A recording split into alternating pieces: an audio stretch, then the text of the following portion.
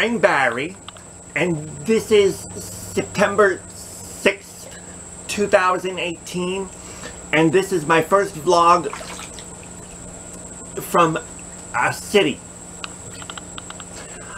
If you saw my last vlog, I talked a lot about time and about how some people are dirt, and some people are mañana. And since that vlog, I missed most of my summer activities with a fracture to my radial bone, and part of why that happened may be that I was dirt. And I've had a lot of time now to think about time, and I might be different.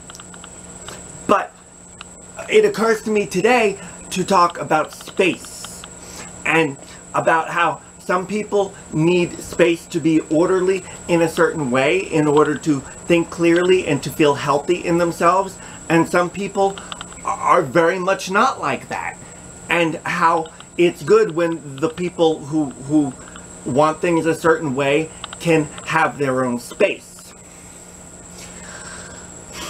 On that subject, recently I was in a meeting with a group of people with whom I associate, and we had a lot of chairs in a big room, and there was about 20 people, and there was going to be a circle of chairs for the meeting so that we could all see each other. And then right before the meeting was going to start, somebody from the meeting said, "Oh, you should all look at this video screen for 4.5 minutes because," and then everyone sort of huddled around there and watched the thing on the video. And then when they sat down to start the meeting, it wasn't in the circle. It was sort of in this amorphous cauliflower ear type shape in energetic proximity to the video screen. And then the meeting just started, and one person was actually kind of sitting in the middle of it, and then there were people around a pole here and you couldn't see. And for a brief moment I wondered if this was a practical joke on me and other people, but then I realized it wasn't, and we were really having the meeting, not even totally being able to see each other. And this wasn't a short meeting. It went on for over an hour.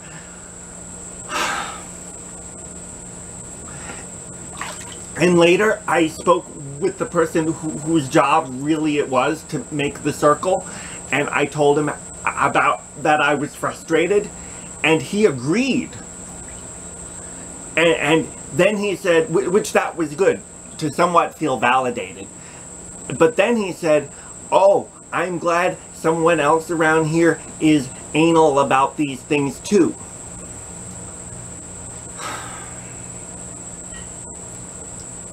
And I like to talk about space today, but I think we're going to have to talk about language and the use of this word anal.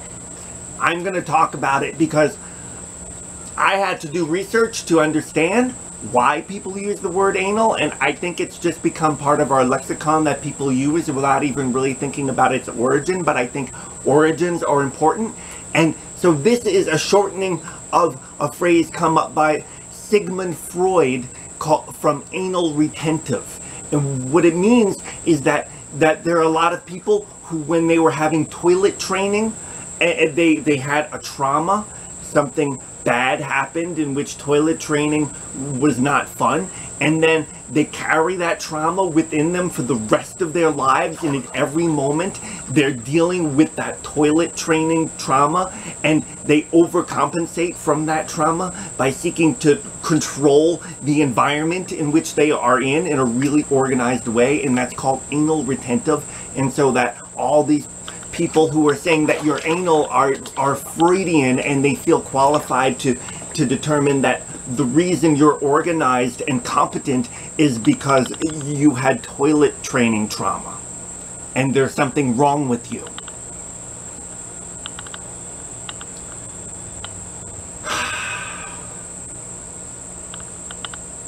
Now that doesn't make a lot of sense.